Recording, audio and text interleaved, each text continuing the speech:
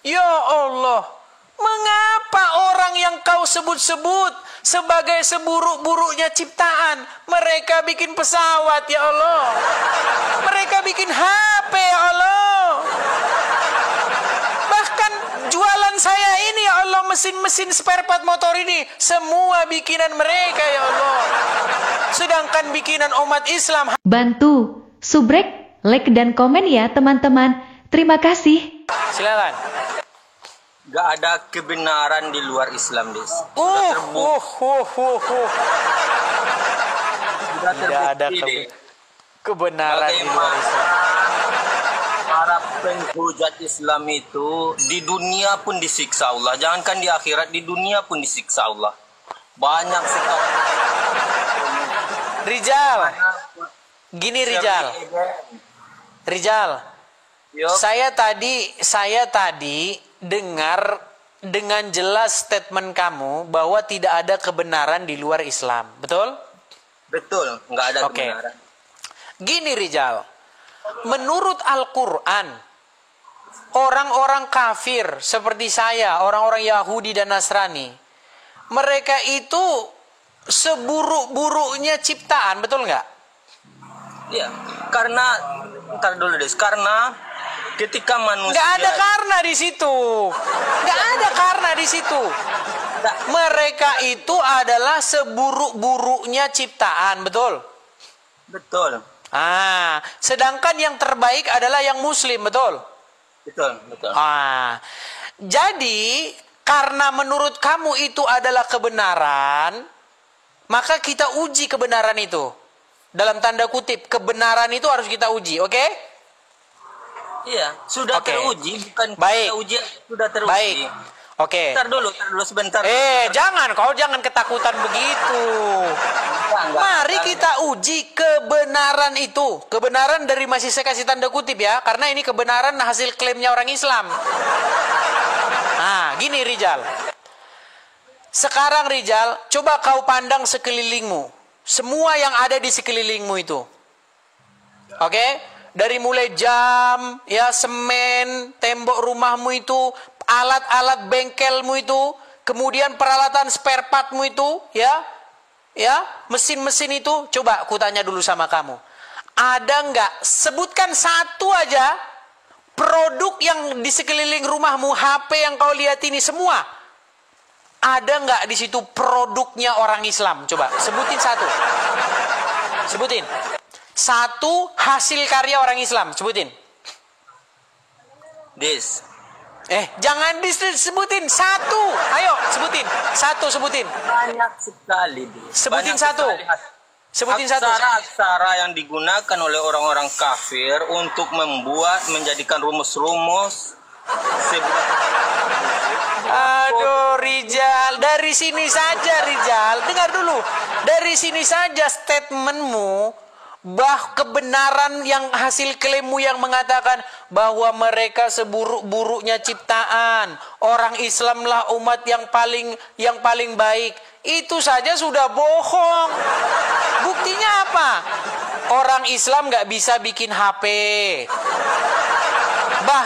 Bahkan ini, semua yang kau pakai dari ujung kepalamu sampai ujung kakimu nggak ada satupun produksinya orang Islam.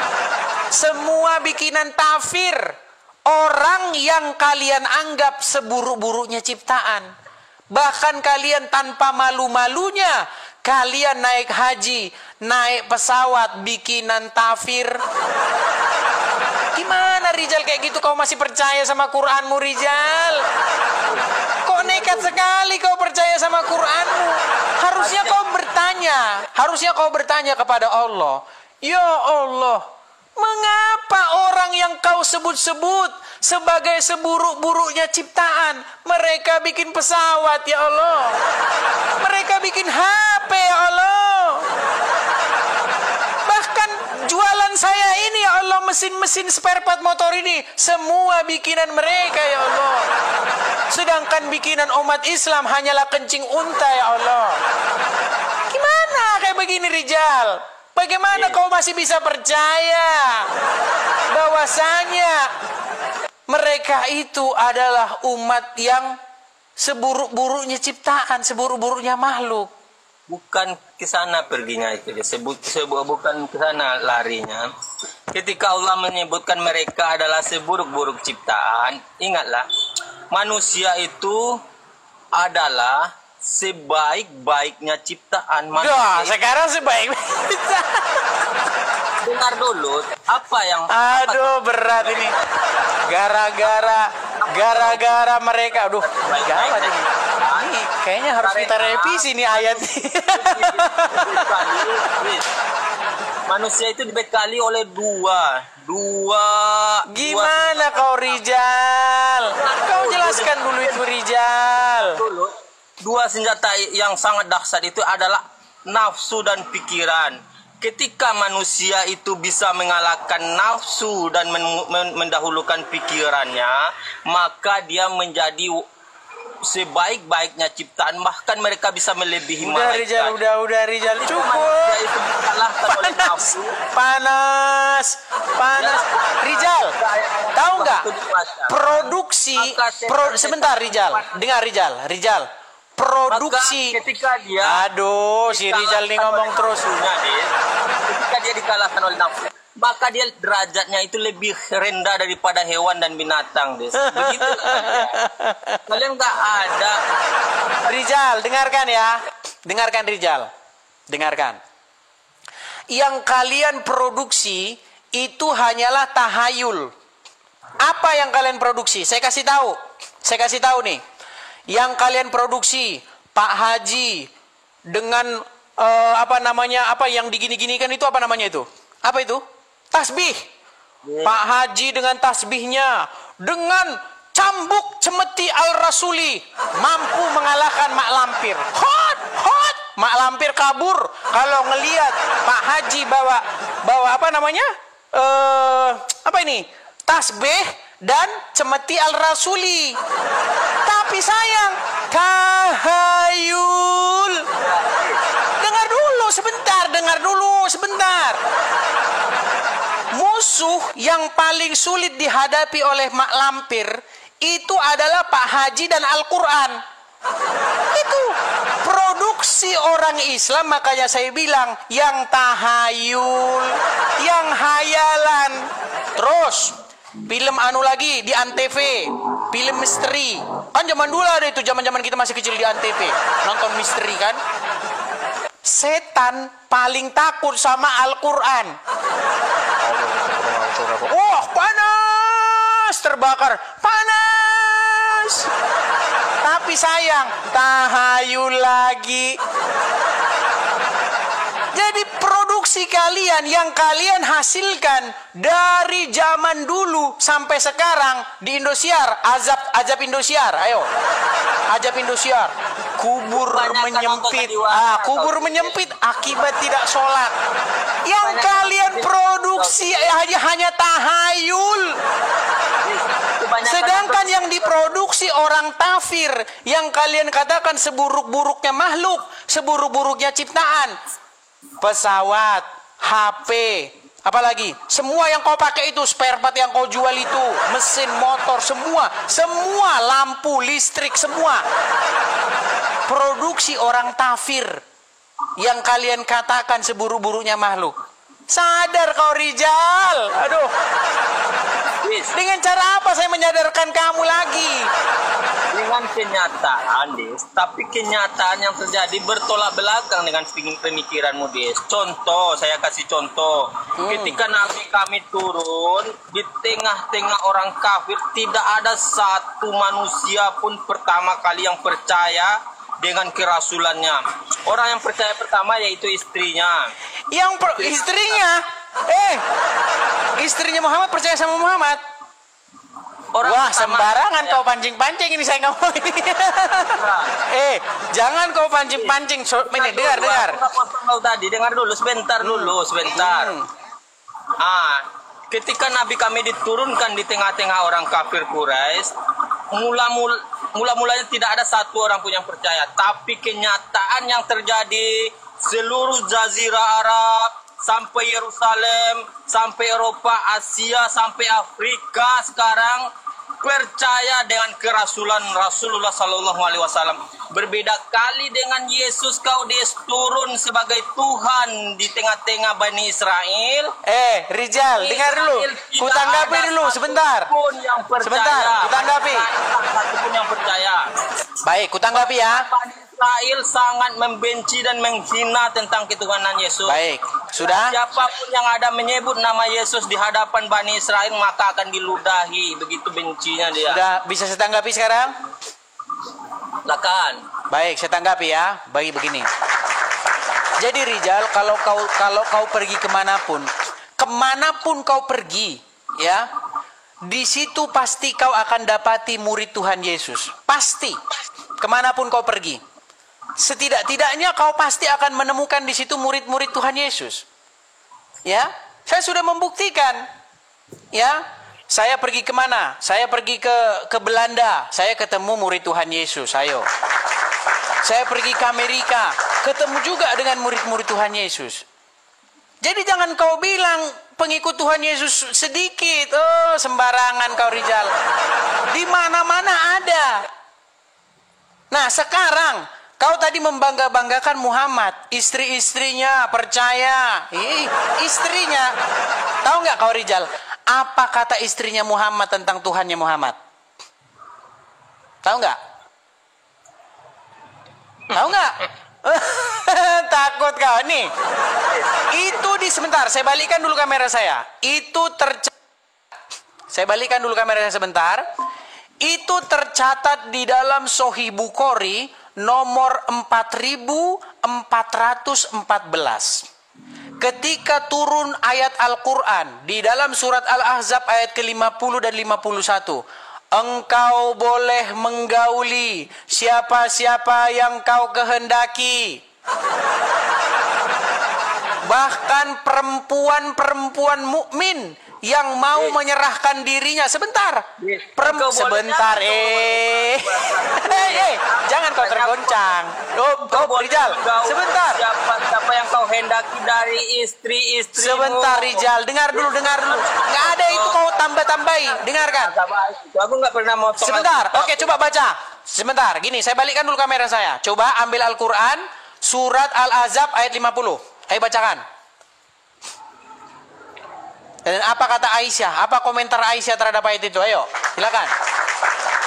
Al-Ahzab 50, bacakan. Jangan gemetaran kau baca itu, Rizal. Ayo bacakan. Ini pertanyaan klasik ini. Coba kau baca dulu, nggak usah pertanyaan klasik. Baca aja, ayo. Pertanyaan udah lama ini. Coba baca. Al-Ahzab 50. 50. Baik.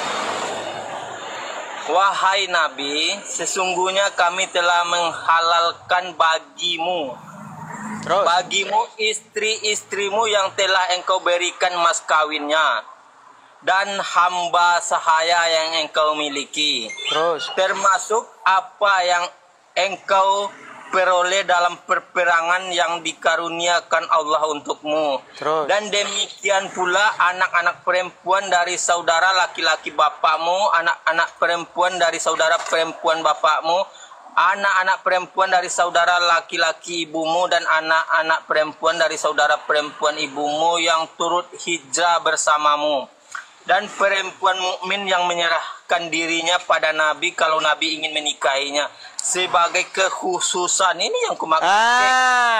Oke. Jadi perempuan-perempuan semua orang mukmin kami tidak bukan untuk semua orang mukmin, ini ditekankan. Kami telah mengetahui apa yang kami wajibkan kepada mereka tentang istri-istri mereka dan hamba sahaya yang mereka miliki agar tidak menjadi kesempitan bagimu. Dan Allah Maha Pengampun, Maha Penyayang. Oke, 51-nya. Next. Engkau boleh menangguhkan, menggauli siapa yang engkau kehendaki di antara mereka para terus menggauli siapa di antara mereka yang engkau kehendaki. Boleh Dan kau menggauli. Ayo terus, apa lagi? Dan siapa yang engkau inginkan untuk menggaulinya kembali dari istri-istrimu yang telah engkau sisihkan. Telah kau cerai. Kau cerai gitu loh, sisihkan. Engkau boleh, sebentar Rijal. Berarti Muhammad boleh nggak? Dengar, berarti Muhammad bebas nggak menggauli istri-istri yang sudah diceraikan? Itu kekhususan tadi, Des. Iya, boleh. Muhammad boleh. Sebentar, Rijal, dengar. Dengan apa yang telah engkau Muhammad, dengar Rijal. Muhammad, Allah mengetahui apa yang tersimpan dalam hatimu dan Allah Maha mengetahui hatimu. Berarti Muhammad bebas nggak menggauli istri-istrinya yang sudah diceraikan? Kami Ditanya apa? Muhammad boleh tidak dia, bebas tidak dia menggauli istri-istri yang sudah diceraikan? boleh, belum nikah lagi. Boleh. Tuh kalian dengar. Nah, lalu apa kata Aisyah? Sebentar, apa kata Aisyah? Nih, tertulis di dalam Sahih Bukhari 4414. Apa kata Aisyah? Demi Allah, saya tidak melihat Tuhannya Muhammad kecuali begitu sigap menuruti hawanya Muhammad atau keinginannya Muhammad. Sekarang saya tanya, pernah tidak Aisyah melihat Tuhannya Muhammad selain daripada sigap menuruti keinginannya Muhammad? Banyak sekali, Des. Tuh, dia berkata begini loh nih. Saya tidak melihat. Aduh, sampai dah saya keluar. Nih, saya tidak melihat Tuhannya Muhammad kecuali. Sekarang begini. Saya kalau siaran dalam seminggu ini saya pakai topi terus. Jadi orang bilang begini, saya tidak melihat Edis TV kecuali pakai topi yang merah itu. Berarti saya pernah nggak pakai topi yang warna hitam? Nggak pernah. Karena di mata saya, Edis TV saya lihat dia pakai topi warna hitam. Kecuali saya nggak pernah lihat dia kecuali pakai topi warna merah. Nah, Aisyah berkata, dia tidak melihat Tuhannya Muhammad kecuali sigap menuruti keinginan Muhammad. Berarti menurut Aisyah, perannya Allah apa selain daripada sigap menuruti keinginan Muhammad?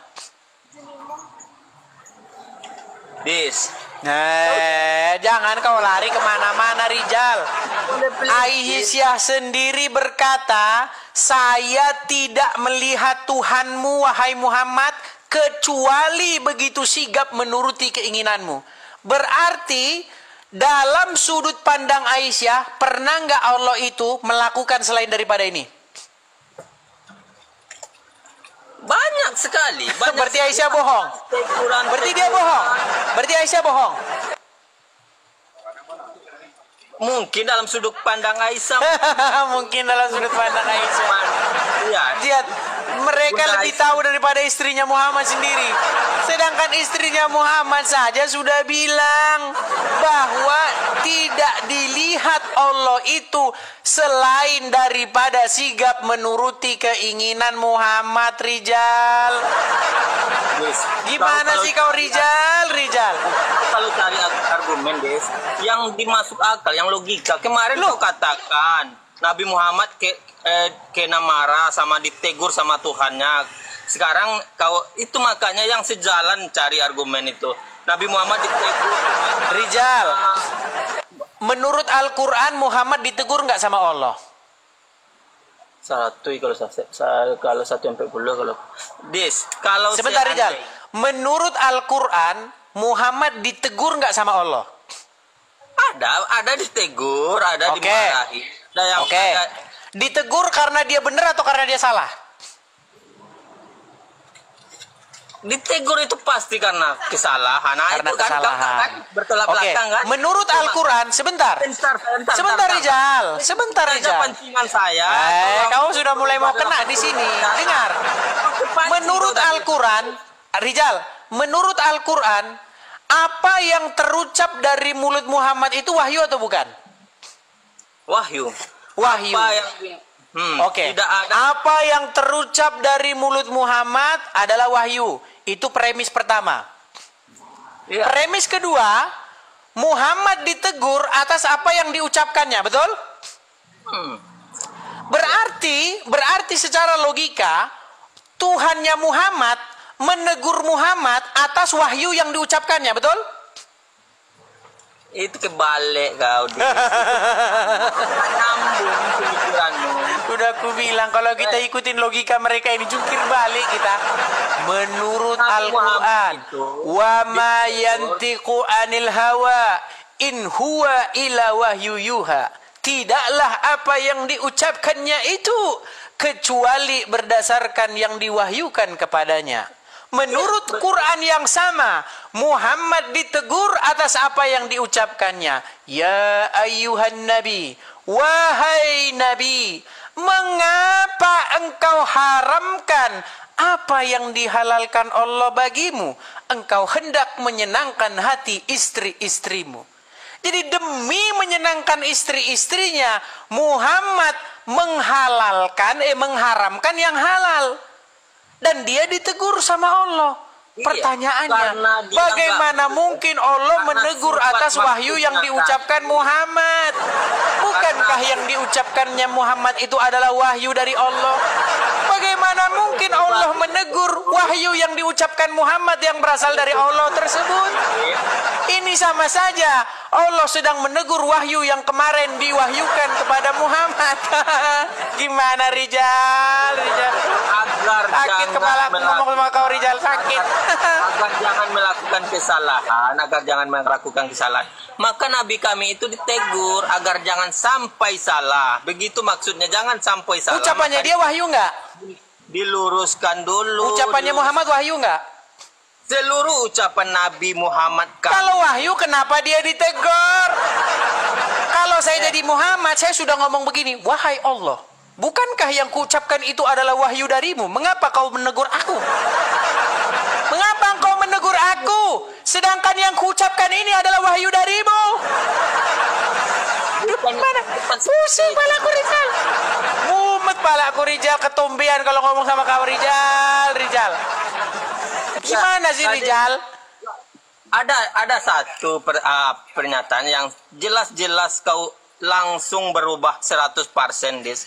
180 derajat. Tadi kau katakan Bunda Aisyah mengatakan tidak ada yang seluruh Allah mengikuti keinginan Nabi kami. Kemudian sebentar saja aku pancing kau langsung berubah 180 derajat. Saya kan ngikuti narasi kalian. Memang kalau saya mengikuti narasi kalian, dengar dulu. Kalau saya ngikutin narasi kalian itu, memang narasi kalian itu semuanya saling cakar-cakaran. Contoh. Dengar dulu, dengar. Itu karena saya mengikuti narasi kalian, Rizal.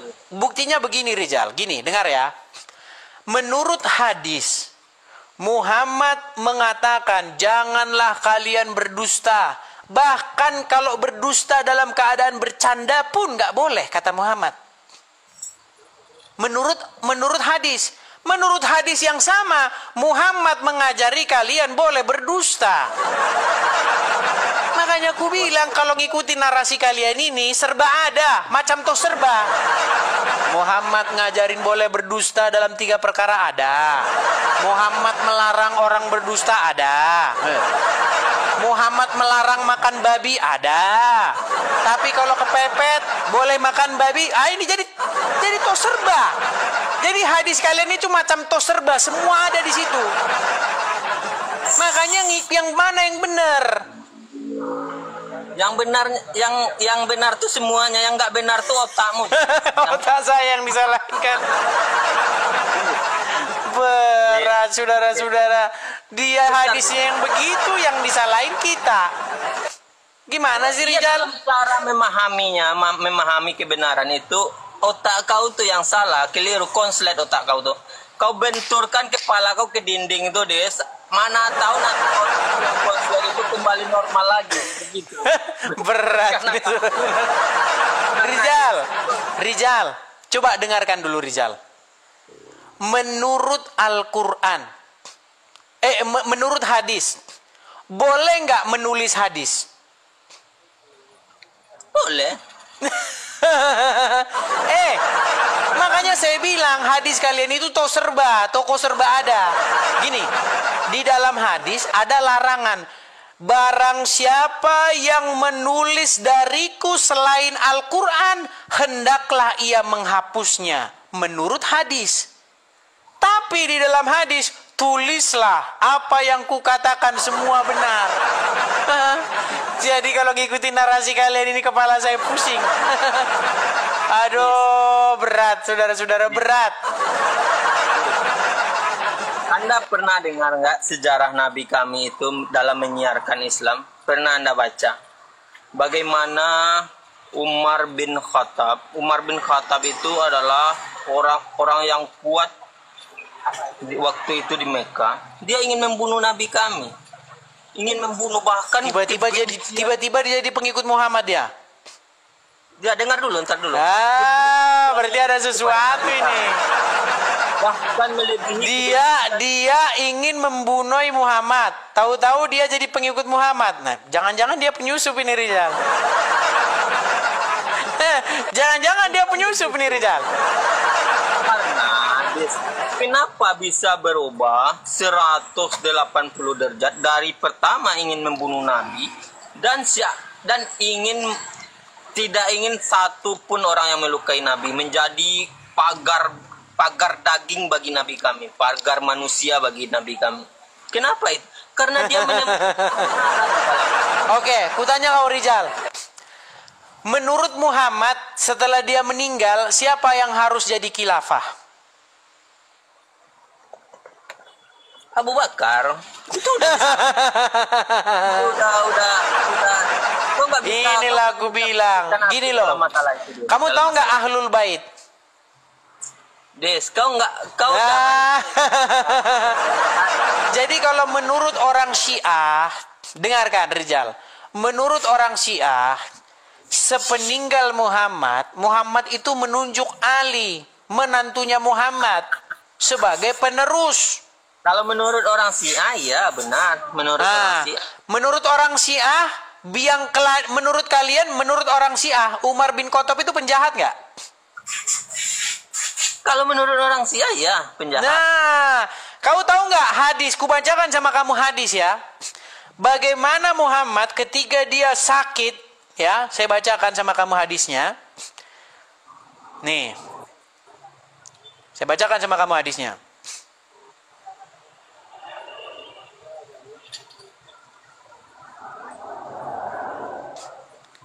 Nih ya, saya bacakan ya.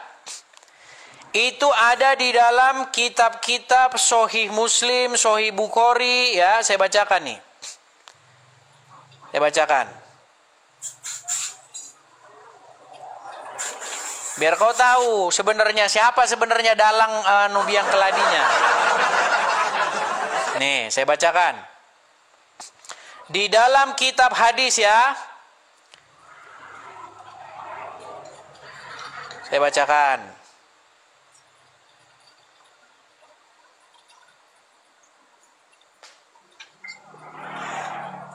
Nih.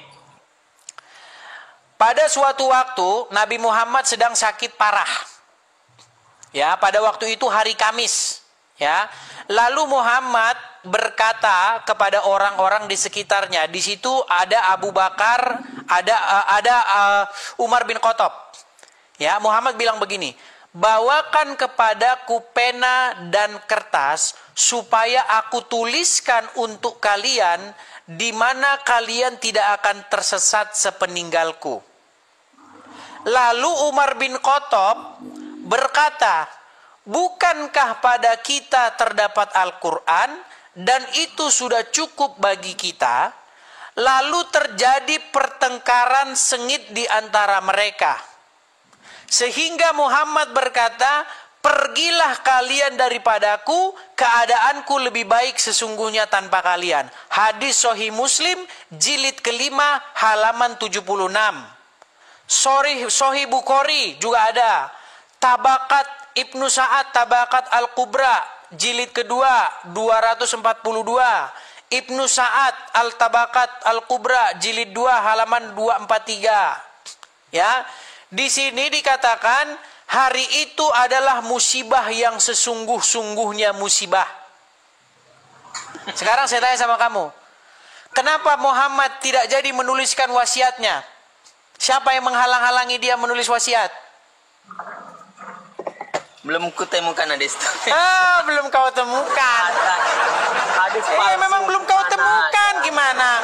Yang ada hadis ketika Nabi kami itu sakit. Coba, sekarang kau yang ketik di situ ya. Kau yang ketik di situ, Rizal. Nih, kau yang ketik di situ. Itu hadis buatan Cepri itu dia. Habis buatan. Sebentar. Saya suruh kau bukakan hadisnya ya. Enggak, biar kamu yang saya suruh bukakan hadisnya di situ. Kamu yang saya suruh bukakan hadisnya di situ. Dia enggak malu-malu dia merubah hadis, merubah terjemahan Al-Qur'an, enggak malu-malu dia. Gimana kamu berani enggak membuka hadisnya? Nah? Enggak ada hadis itu, enggak ada. Nomor berapa hadis? Enggak ada, dari mana kau bilang enggak ada? Jadi ada 2.000 orang di sini. Saya pesan kepada kalian, orang-orang yang mau belajar itu, karena hidayah Allah itu datangnya kepada orang-orang yang dipilih Allah. Ingat, orang-orang yang dipilih Allah itu apa? Orang-orang yang berjuang dan berusaha untuk mencari kebenaran. Sebentar, Rizal. Kau suruh saja buka hadisnya di situ ya. Kau membuka sebentar. Kau berani nggak buka hadisnya di situ? Nggak berani nggak? Nggak. Kau berani nggak buka hadisnya di situ? Berani nggak? Pelajarilah kitab-kitab kalian. Nggak berani dia. Coba kau buka Sahih Bukhari. Nggak. Sekarang berani nggak kau buka Sahih Bukhari? Sahih Bukhari hadis nomor 114. Coba. Sahih Bukhari nomor 114. Sahih Bukhari nomor 114. Sahih Bukhari 3053, 3186, 4432, 5669, 7366. Banyak itu hadisnya. Satu-satu aja dulu, satu-satu aja. Oke, coba buka yang Sahih Bukhari 114. 114.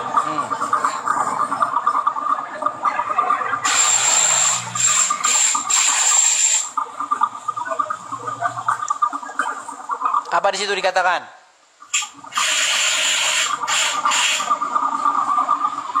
Yahya bin Sulaiman telah menceritakan kepada kami. Dia berkata, Ibnu Wahid telah menceritakan kepadaku. Dia berkata, Yunus telah mengabarkanku dari Ibnu Suhaib, dari Ubaidillah bin Abdullah, dari Ibnu Abbas. Dia berkata, ketika Nabi SAW bertambah untuk sakitnya, beliau bersabda, aku berikan aku surat biar aku tulis suatu untuk kalian sehingga kalian tidak akan sesat setelahku. Umar berkata, sesungguhnya Nabi SAW semakin berat sakitnya dan di sisi kami ada kitabullah dan cukup buat kami. Kemudian orang-orang berselisih dan timbul suara gaduh, maka Nabi SAW bersabda, pergilah kalian menjauh dari terjadi apa? Bener nggak hadisnya? Terjadi di hadapanku. Maka Ibnu Abbas keluar seraya berkata, sungguh musibah, segala musibah adalah SAW kitab catatan yang belum maksud untuk mereka. Terkaget-kaget dia. Wih, ternyata yang dia omongin di TV benar. Jadi saya mengada-ngada Rizal. Sebentar, kau tadi fitnah saya, kau bilang hadisnya buatan saya. Iya, hadis buatan kamu itu yang hadisnya buatan saya, saudara-saudara. Berat, saudara-saudara. Itu Coba. salah hadis. Rizal. Bukan itu tadi. Itu salah. Sebentar. Dengar. Rizal. Ini dia. Muhammad kan mau meninggal. Jangan kau matikan kameramu. Ini kau baca ya. Nah, ini dia. Bukhari ini hadis. Tadi hadis palsu itu. Kau Muslim. Hadis palsu katanya. Hadis Bukhari nomor 114. Kitab ilmu. Ini ya. Itu palsu itu. Itu link kalian itu. Telah menceritakan kepada kami, Adam berkata telah menceritakan kepada Saibah berkata telah menceritakan. Udahlah, tidurlah kau. Ntar dulu. Ntar aku harus konfirmasi dulu. Aku baca hadis palsu tadi yang kau maksud tadi. Menceritakan kepada kami intinya dari sini aku bermalam. Intinya apa? Udah. Kau pelajarilah dulu lah. Udah, kau nggak ada ilmu pun kau. Capek aja ngomong sama kami. Bantu, subrek, like dan komen ya teman-teman. Terima kasih.